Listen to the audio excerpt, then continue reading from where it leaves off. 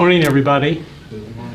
I am Jim Schroeder. I'm a priest of the Sacred Heart, and I thank you for your kind invitation to come over. I joined the Priests of the Sacred Heart in 1963, before quite a number of you were born, I'm sure. And I developed a love for Leo Dehon when I was a young kid in high school, in the prep school, and then especially in college, where I was trained to be a translator from French to English. So I translated a number of Leo's works from French into English, his letters and so on, and I especially enjoyed translating the second half of a book on his personality and spirituality. I did that when I was a junior in college, and I really got to know the guy, so I've always had a great love for him. I was ordained in 1970, and I've lived in different places, as SCJs do. For 37 years, I worked as a clinical psychologist, and I did therapy with priests and nuns and brothers, seminarians. They were my congregation. And priests and religious, as you probably well know, have the same kind of problems that all humans do. So it's not surprising they might need a psychologist.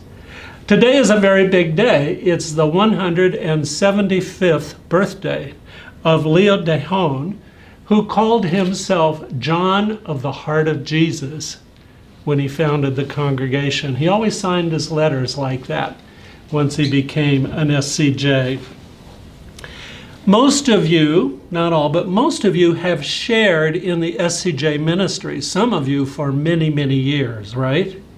We've got a lot of years of dedicated service in this room. And most of you have heard much about our history and our congregation.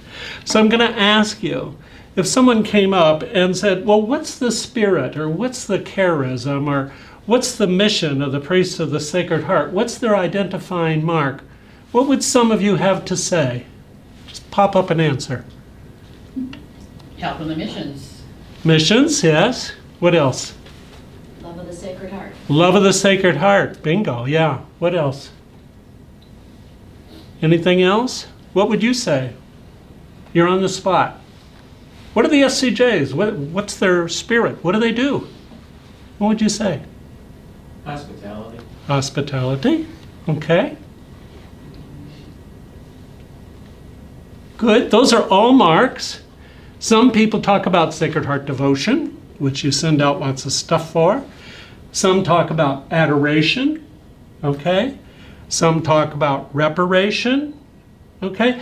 If you asked SCJs this question, you'd get a lot of different responses, because a lot of us have not totally gotten ourselves together around the core of what this man came to bring to the church and the world as an agent of God.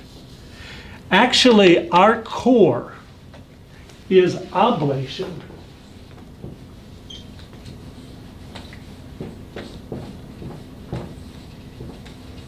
Now, you may not have heard of that. You may not know that. I suspect most of you, since you're working in a development office for a religious order, had heard of the OMIs. Anybody heard of the OMIs?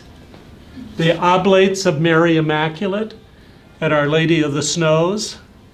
You may even have gotten some of their stuff in your mail. Now, we were first called the Oblates of the Heart of Jesus. In French, we were called les Oblats de Cœur de Jésus, the Oblates of the Heart of Jesus in French. We were the OCJs, not the SCJs, OCJs. Later, after the Vatican insisted that Leo re-began the congregation, they wouldn't let him use the word oblate. But he used the word priests with the same idea. We're not priests like collar. That's why I didn't wear my collar today. This is not about ordained priesthood. This is about the priests of the Sacred Heart. And Dehon called St. Joseph the greatest priest of the Sacred Heart. He was not ordained, right? He was a husband and a father, because he brought Christ to the world. He offered Jesus to the world.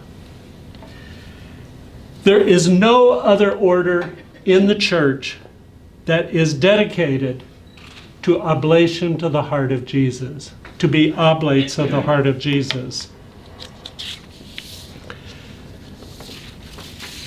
I want to get more into that in a moment, but first I want to look at the foundation of it all, the congregation and the foundation of us all, which is love. Where would we be without love? The love of your mother and father, to begin with, and of mine. That's our origin. But mainly we come from the love of God. Now we call it the heart of God, or we call it the heart of Jesus, or even the Sacred Heart. But the Sacred Heart can confuse it. So if we talk about love of God, or love of Jesus, love of the heart of Jesus, it's not Sacred Heart the way Margaret Mary talked about it, but the love you find in the Gospel of John, who wrote, God is love, and those who live in love live in God, and God in them. Now, all can do that, can't they? You don't even have to be a Christian to do that. All churches, okay? Whether you're Catholic or not, whether you even go to church. Many people today say, oh, well, I'm spiritual, Father, but I'm not religious. I don't really go to church. This is even good for them, because God is love. If you live in love, you live in God, and God lives in you. So if I write I, heart, NY, what's that mean? Love New York. I love New York, right? It's a big logo. It was an ad promotion they used for years. Or I, heart, MKE. What's that? I love Milwaukee. It's the airport signal, right? MKE. I love Milwaukee. Heart is very important. When we say a woman has such a good heart, or a man is all heart, we mean they're really loving, don't we? There are so many songs about love. What the world needs now is love, sweet love. One of my favorite, What's Love Got to Do with It? I love Tina. The greatest thing you'll ever learn is just to love and be loved in return. Remember that old one from Nature Boy? If each of you would just sit for a moment and soak up the truth that God loves each and every one of you individually, it'll touch you. It'll melt your heart. It'll be the mainspring, the moving spirit, and the force of the rest of your life. That's what happened to him. Accepting the love of God is what the Ecce Ancilla, one of our key mottos, is all about. You ever heard that? Ecce Ancilla? In Latin it means, behold the handmaid, or behold the servant of the Lord. That's what Mary said when she accepted God's love into her heart by saying, behold your servant, O Lord. In Latin, Ecce Ancilla. That's the most receptive and passive way of relating to God. Just letting God be to me, letting God be for me, letting God be into me. In accepting God's love, she brought Jesus into her life, into her heart, and into our world. If I feel that love, my deepest reaction or response is to love back, right? To return love to God. You love a little child when all they can do is sleep and eat and poop, right? And vomit.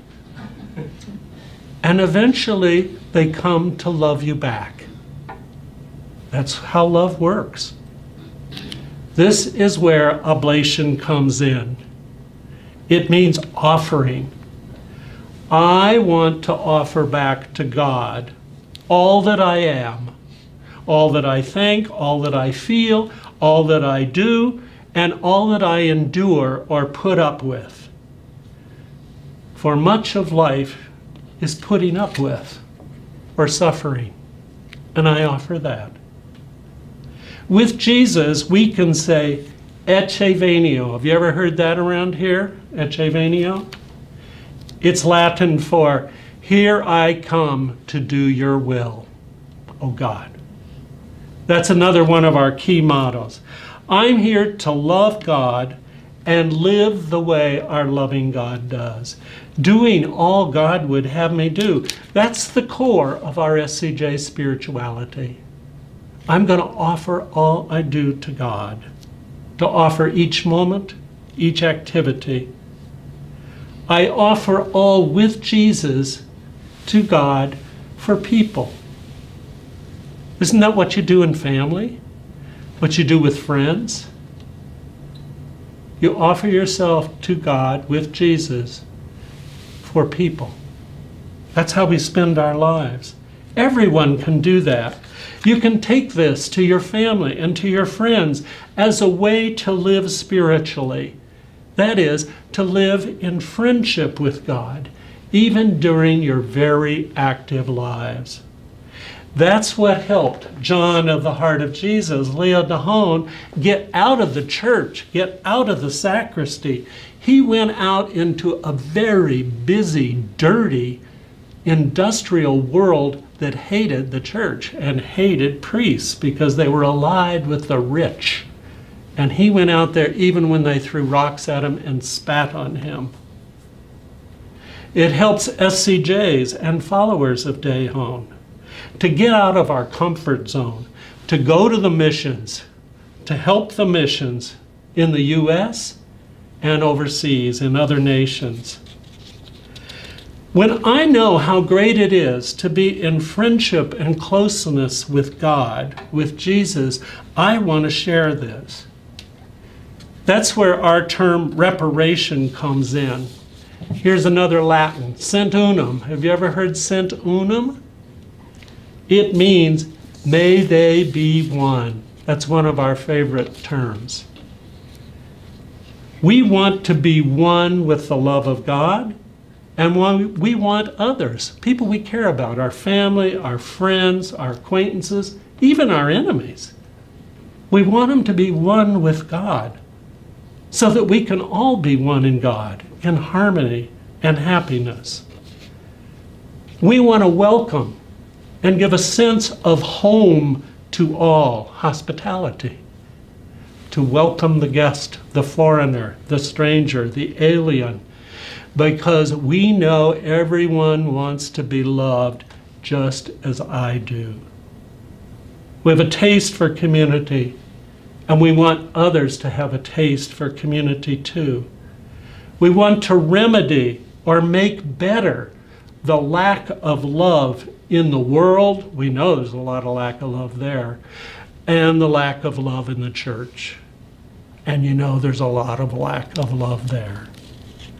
If we work to make a better world and a better church, as John of the Heart of Jesus did, we will try to bring justness or fairness to people. We'll try to bring love into our homes, our schools, our workplaces, our parishes, our clubs, our groups, our sports teams, our cities, etc. That's what John of the Heart of Jesus talked about, the reign of the heart of Jesus in souls and societies, plural. This is real reparation. It's working for, another Latin term, adveniat regnum tuum. Have you ever seen that around here? Adveniat regnum tuum? You know what it means? It's Latin for, may your kingdom come. Another of our key mottos. We want to bring the reign of justice and love to the world. That's our ultimate goal. We pray that in the Lord's Prayer every time we say it, don't we? Your kingdom come, your will be done on earth as it is in heaven. Huh? This is the reign of the heart, the reign of Jesus, the reign of the love of God. Dehon wanted to bring the reign of Jesus' heart to every individual person and all societies that we touch in life. And our general administration in Rome has just proclaimed a special year for us, the year of the wounded heart. Doesn't that ring? The wounded heart.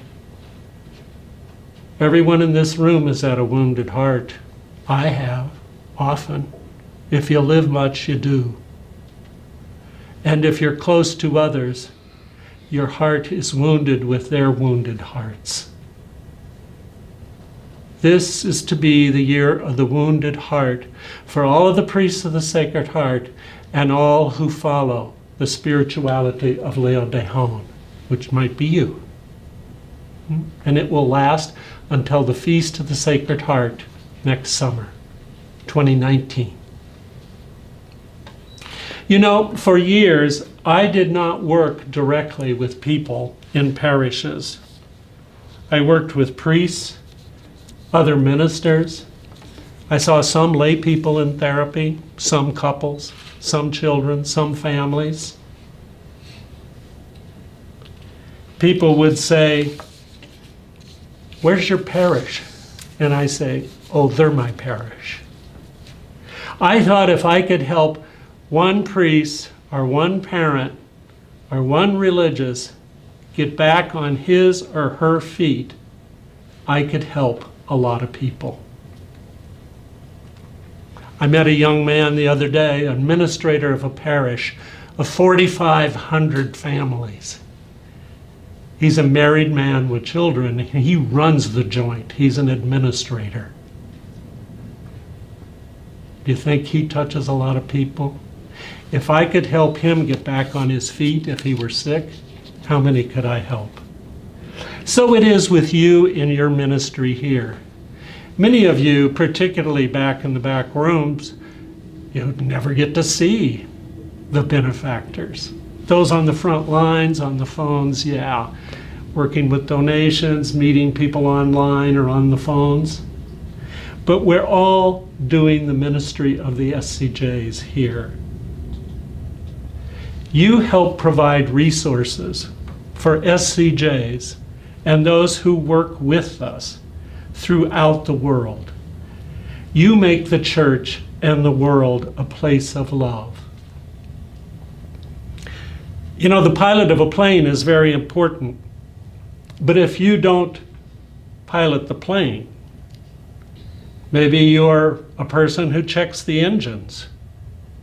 Maybe you're a person who makes sure the fuel gets in, or the one who makes sure the cap gets locked, or just the one who tightens the nuts on the wheels.